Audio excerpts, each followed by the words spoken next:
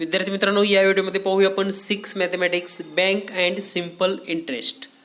तर पाहूयात अतिशय सोप्या पद्धतीने प्रॅक्टिस सेट 35 मधील सर्व प्रश्नांची उत्तरे लगेच.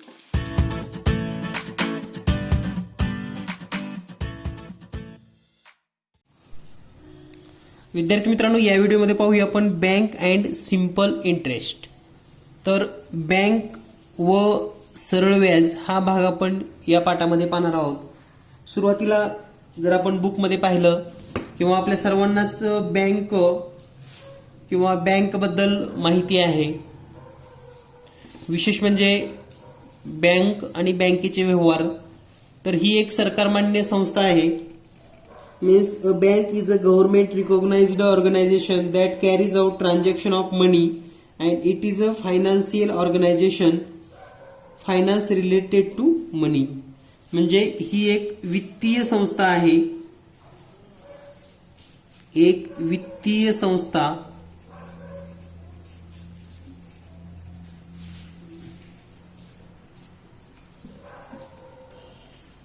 means bank is a or it is a financial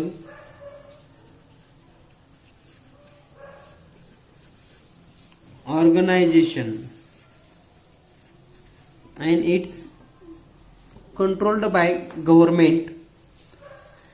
तर आपण बँकेचा वापर कशासाठी करतो, तर आपल्याकडील काही रक्कम बँकेमध्ये जमा करण्यासाठी किंवा आपली जमा रक्कम असलेली बँकेतून आपल्याला पाहिजे तेव्हा आपण घेऊ शकतो. Means Wien you want deposit your amount in your bank और विड्रॉल ऑल्सो एनी टाइम. तर या पद्धतीनं आपण बँक आणि बँकेबद्दलची सर्व माहिती या व्हिडिओमध्ये पाहणार आहोत. तर यानंतर जर आपण पाहिलं तर बँक आणि जे काही बँक रिलेटेड जी काही माहिती आहे, तर बँक नेमकं कुणाकुणाचे अकाउंट ओपन करते किंवा कुणाचे अकाउंट बँकेमध्ये असतात. तर यामध्ये स्टुडंट असतील,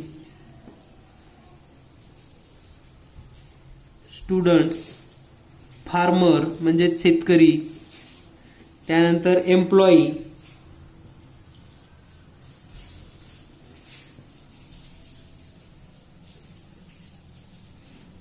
असतील. त्याचबरोबर जे काही मोठे मोठे उद्योग आहेत किंवा ज्यांच्या काही फॅक्टरी आहेत त्यालाच आपण इंडस्ट्रियलिस्ट असं म्हणतो.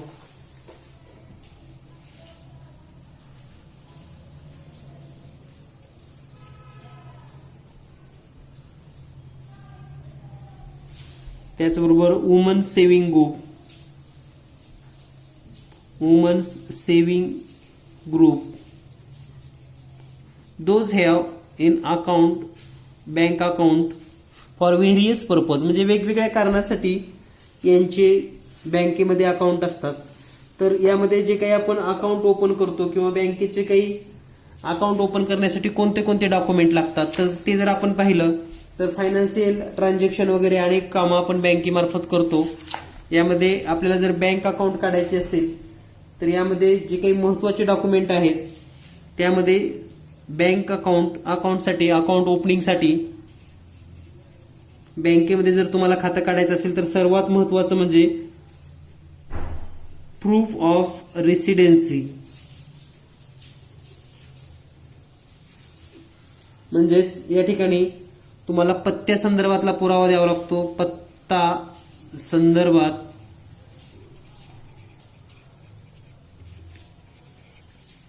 पुरावा. यामध्ये महत्त्वाचं म्हणजे रेशन कार्ड नसेल तर इलेक्ट्रिसिटी बिल,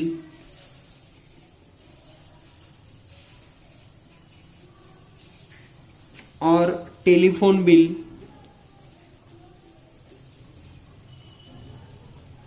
और डोमिसाइल सर्टिफिकेट म्हणजेच रहिवासी प्रमाणपत्र सुद्धा चालतं, और identity card. These are known as proof of residency. म्हणजेच तुमचा जो काही राहण्याचा पत्ता आहे या संदर्भातलं हे पहिलं महत्त्वाचं डॉक्युमेंट. आणि दुसरं जे आहे proof of identity proof of identity म्हणजेच ओळखीचा पुरावा.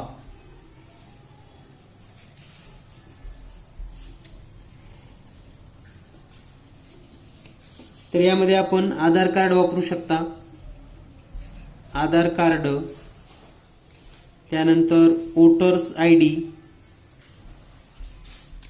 त्याचबरोबर पॅन कार्ड, पासपोर्ट. तर हे दोन म्हणजे प्रूफ ऑफ रेसिडेन्सी यापैकी एक डॉक्युमेंट आणि प्रूफ ऑफ आयडेंटिटी यापैकी एक डॉक्युमेंट, या दोन्हीपैकी एक डॉक्युमेंट असेल, तुमचा फोटो असेल तर तुम्ही बँकेमध्ये अकाउंट काढू शकतात. बँकेमध्ये अकाउंट काढत असताना कोणत्या प्रकारचे अकाउंट आपण काढू शकतो किंवा विच टाईप ऑफ अकाउंट, तर यामध्ये दोन प्रकारचे अकाउंट आहेत. एक म्हणजे सेव्हिंग अकाउंट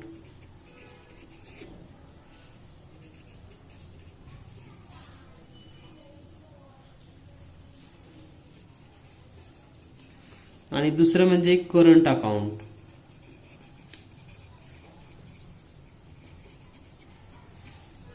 म्हणजेच बचत खाते किंवा चालू खाते.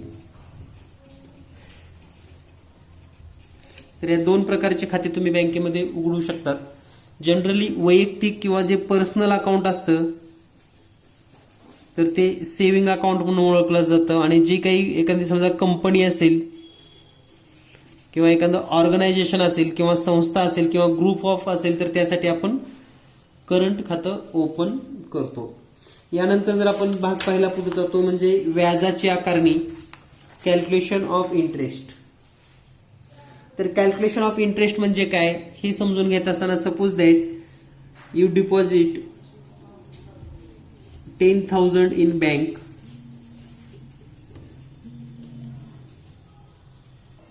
If you deposit 10,000 in bank, after 2 years, the bank give some more amount than 10,000.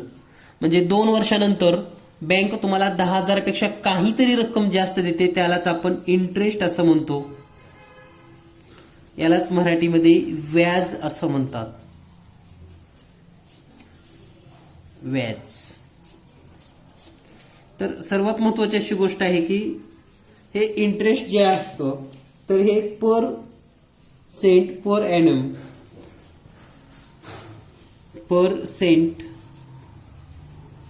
Per annum दिलं जातं. म्हणजेच दर साल, दर शेकडा. यालाच इंग्लिशमध्ये PCPA असं म्हटलं जातं, तरी मराठीमध्ये यालाच आपण दशे असं म्हणतो. Means the interest is calculated on per cent, cent म्हणजे per 100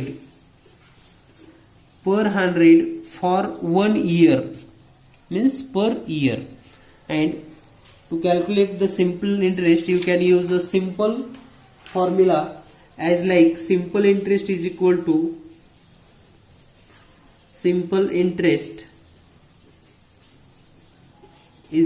to P into N into R upon 100. Here P means principal, means the amount which deposited or withdrawal. N means number of year,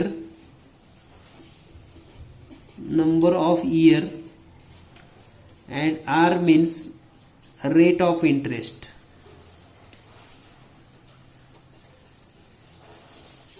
हे जर सूत्र आपण मराठीमधून पाहिलं तर सरळ व्याज बरोबर म गुणिले द गुणिले क भागिले 100. म्हणजे सरळ व्याज जर फाइंड आउट करायचं असेल तर या सूत्राचा वापर करून आपण गणित सोडवू शकतो. तर या ठिकाणी म म्हणजे मुद्दल, द म्हणजे दर आणि क म्हणजे कालावधी.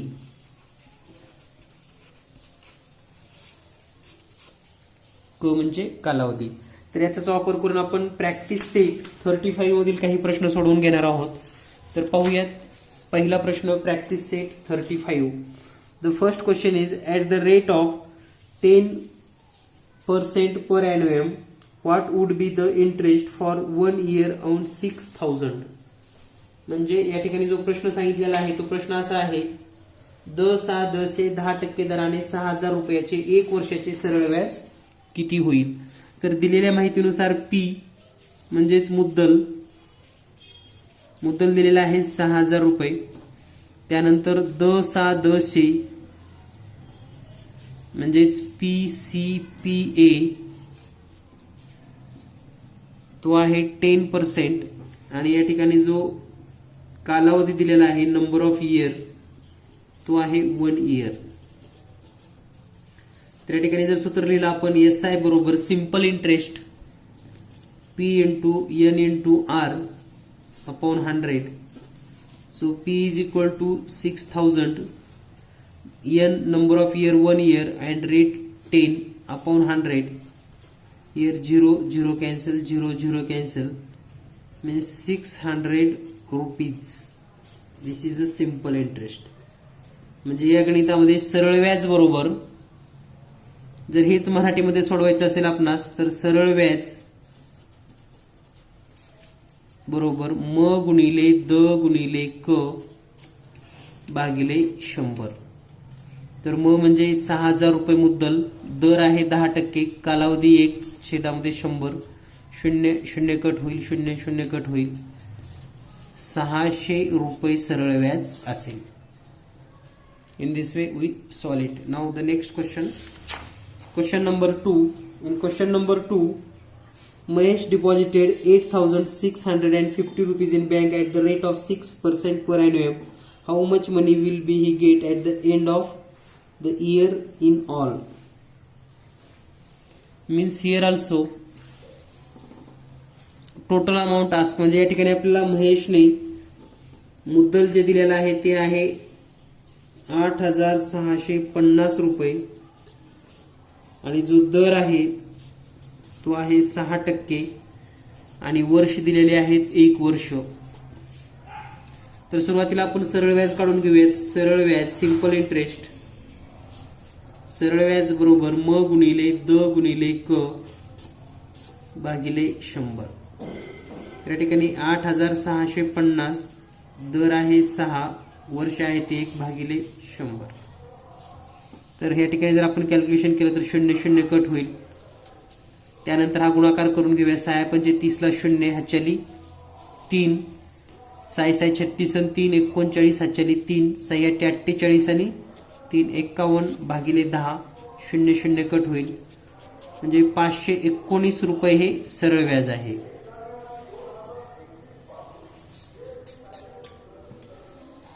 तर या ठिकाणी एकूण रक्कम किती मिळेल बँकेकडून असं विचारलेलं आहे. एकूण रक्कम त्यालाच आपण गणिती भाषेमध्ये रास असं म्हणतो. तर या ठिकाणी रास काढायचे असेल तर 8,650 प्लस 519 प्लस करावे लागतील. 9 आणि 0 9, 5 आणि 1 6, 6 आणि 5 11 हातच्याली 1, म्हणजे 9,169 रुपये परत मिळतील. यानंतर पाहूया आपण next question number 3. Ahmad Checha borrowed 25,000 at the rate of 12% per annum for a year. What amount will he have to return to the bank at the end of the year? म्हणजे अहमद चाचाने बँकेकडून 25,000 रुपये कर्ज घेतले. व्याजाचा दर 12% रुपये असल्यास 1 वर्षानंतर त्या बँकेस किती रुपये परत करावे लागतील. तर या ठिकाणी पहा दिलेल्या माहितीनुसार P is equal to 25,000 rupees, N 1 year and the rate is equal to 12 PCPA. Here the SI is equal to P into N into R upon 100. 25,000 into N 1 year and the rate 12% upon 100. 20 cancel and here 250 into 12 is equal to, this is multiplication is 3000 rupees. This is the simple interest, and total amount is equal to 25,000 plus 3,000 is equal to 28,000 rupees. This is the total amount to paid the bank by Ahmad चाचा. म्हणजे अहमद चाचा 28,000 रुपये बँकेला परत करतील. यानंतर पाहूया आपण next question number 4.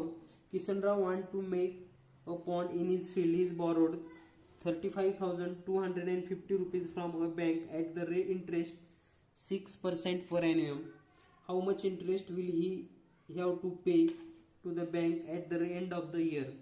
म्हणजे शेततळे तयार करण्यासाठी किसनरावांनी बँकेकडून जे काही मुद्दल घेतलेला आहे ते आहे 35,250 रुपये, आणि जो दर आहे तो दर आहे 6% दशांश. जो बँकेचा कालावधी आहे तो आहे 1 वर्ष. तर आपल्याला सरळ व्याज किती विचारलेला आहे, तर सरळ व्याज बरोबर डायरेक्ट सूत्राचा वापर करा. म गुणिले द गुणिले क भागिले 100.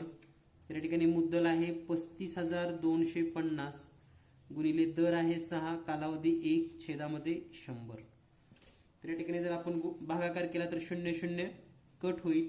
त्यानंतर 3,525 गुणिले 6 करूयात, तर हा गुणाकार येतो 21,150 भागिले 10.